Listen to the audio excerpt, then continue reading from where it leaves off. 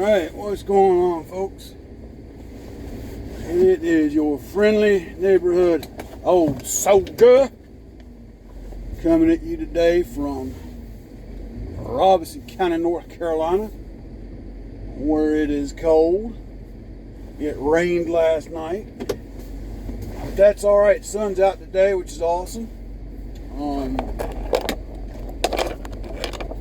I'll have to go pick up my daughter, bring her over to the house and let her spend some time with us. And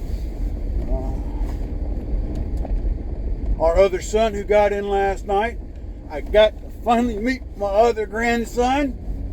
He is just beautiful. So they're inside the house right now. Little Leon and little David are playing together. I was glad last night to put my arms around my other son. I hadn't seen him in almost 3 years.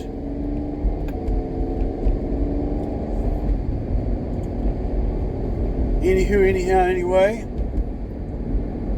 I hope everybody has a wonderful day today. Hope your weekend plans are shaping up.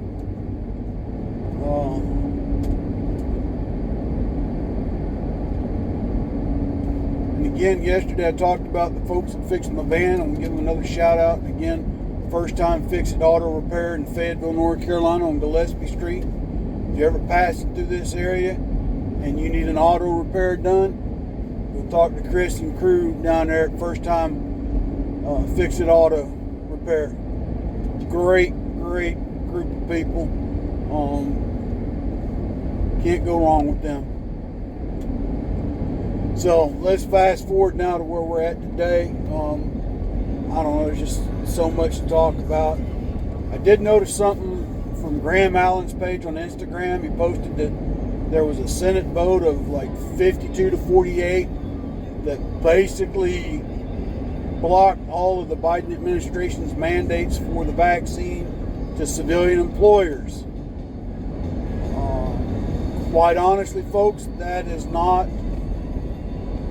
a small achievement. That's fairly substantial. So maybe more and more people in America are starting to realize this vaccine may not be all that it was cracked up to be. And yes, I know some of my viewers have had it, and I pray to God that you've had no ill effects from it, and that there will be no ill effects from it for you. Likewise, there's many of you in here like me that are refusing to get it for fear of the unknown, or the other ramifications that you believe that is being pushed. I kind of lean that way. I hold no bars on that I think that they're pushing it for a reason. And the other part too, in all honesty, this vaccine was supposed to be the creme de la creme,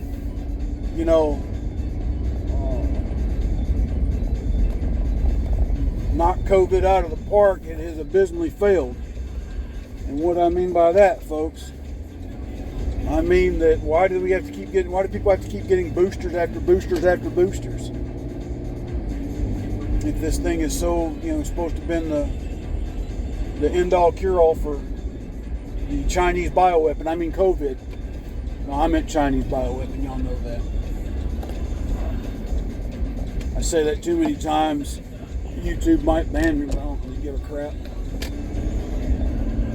I had this conversation with my brother in Georgia the other day when we were talking about it. He was not a fan of the last president for whatever reason, and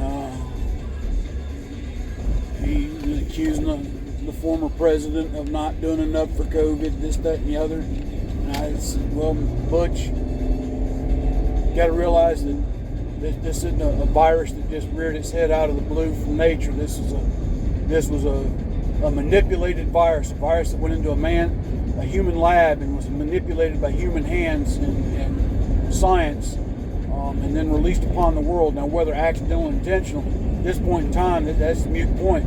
The bottom line is this: is that it is doing everything that a strategic biological weapon was intended to do.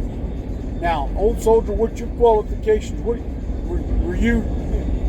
Okay, I was not a nuclear biological chemical specialist when I was in the Army. I think now they've gone back to the old, now they call it CBRN, chemical, radiological, biological, and nuclear. Either way it goes, no, I wasn't a specialist in that field, but I was on NBC teams throughout a good portion of my military career. What's that? Every unit in the Army, you have your specialist that's AIT school trained, but every unit has to form a team for decontamination, testing, the whole 9 yards, and they use other members of the unit from various MOSs. And especially when I was on Germany, I was always on the NBC team in Germany.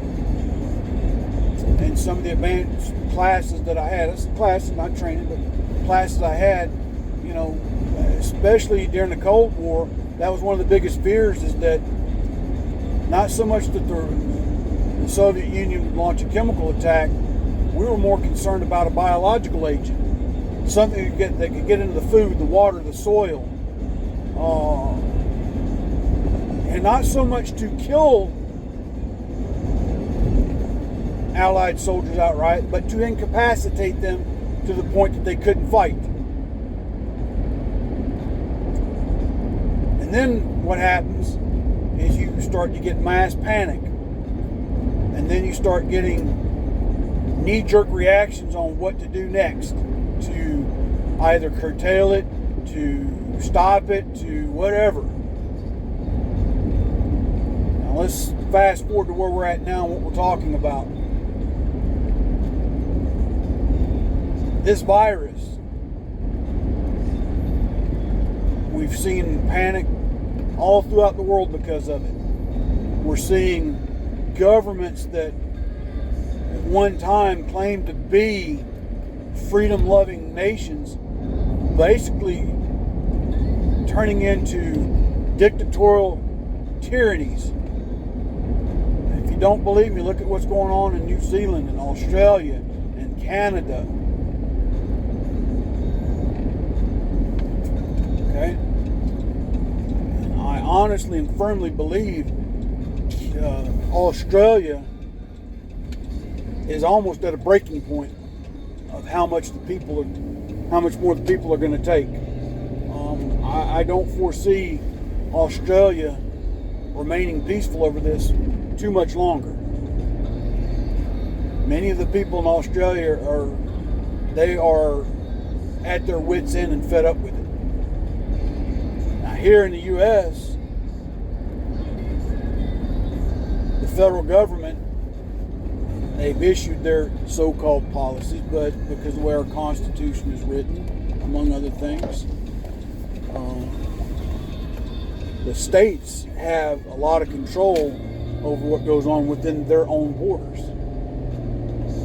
Some governors, freedom-loving, have not issued these draconian measures, whereas others, such as the former governor of New York, the sex offender, liar, cheat, thief, and then of course had his brother covering up for him, who just was recently fired from CNN. That's another story for another time. To the mayor of Chicago, Lori Lightfoot. Okay.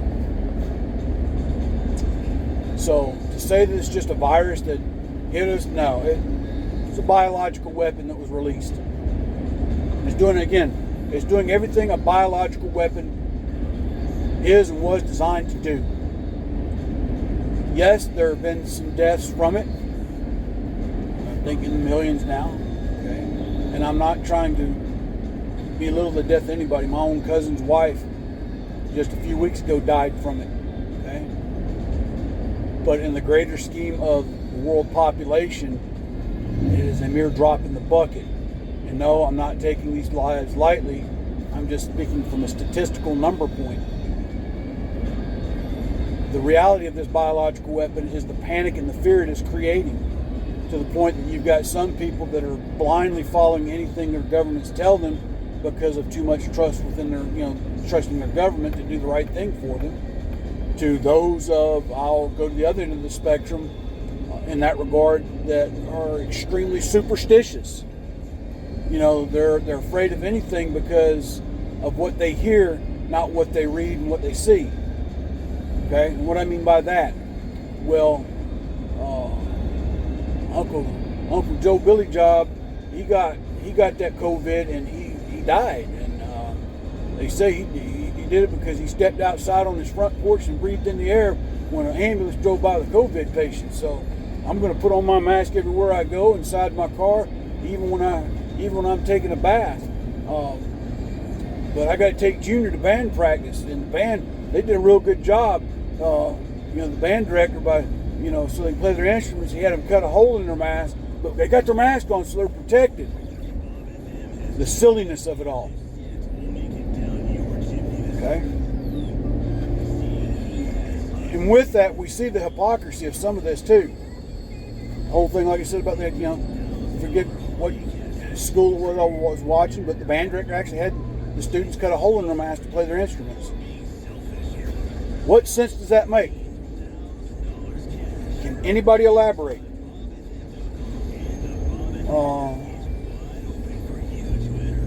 So it's just kind of crazy. But like I said, at the end of the day, the bioweapon is doing what they wanted it to do. I will tell you, folks, continue wherever you go. Take baby wipes. Wash your hands every time you go in and out of the store. Every time you grab a gas pump. Compound this year because their prediction is flu season is supposed to be pretty drastic this year, even though last year they didn't even hardly talk about the flu. Again, I'm not telling anybody not to get vaccinated. If that's what you feel you need to do, you think it's going to protect you, go for it. And to prove to you that I'm not an anti-vaccine person, okay? I had a VA appointment yesterday. I needed a tetanus shot, so I got it. But then because of my dead virus that's in my blood that compromises my immune system, they told me because of that, it's recommended I go ahead and get the pneumonia vaccine, even though normally most people get it when they turn 65. Now, I know that pneumonia vaccine's been around for quite a while. I've read about it. So I said, yes, go ahead and give it to me. Okay. The science has been there and studied it. Okay. In reality, a lot of people that are catching this Chinese bioweapon, i.e. COVID, it's not the virus per se. It's what, like my son said, it's the systemic failure of other body systems once it takes full hold. But the biggest one that gets them is when pneumonia gets into the lungs from it. So, anyways, for you, Brother Kyle, I'm going to get off here, folks. Y'all stay safe, stay vigilant, stay armed, keep your eyes open, your neck on a swivel. God bless, take care until the next time. Soul Soldier out.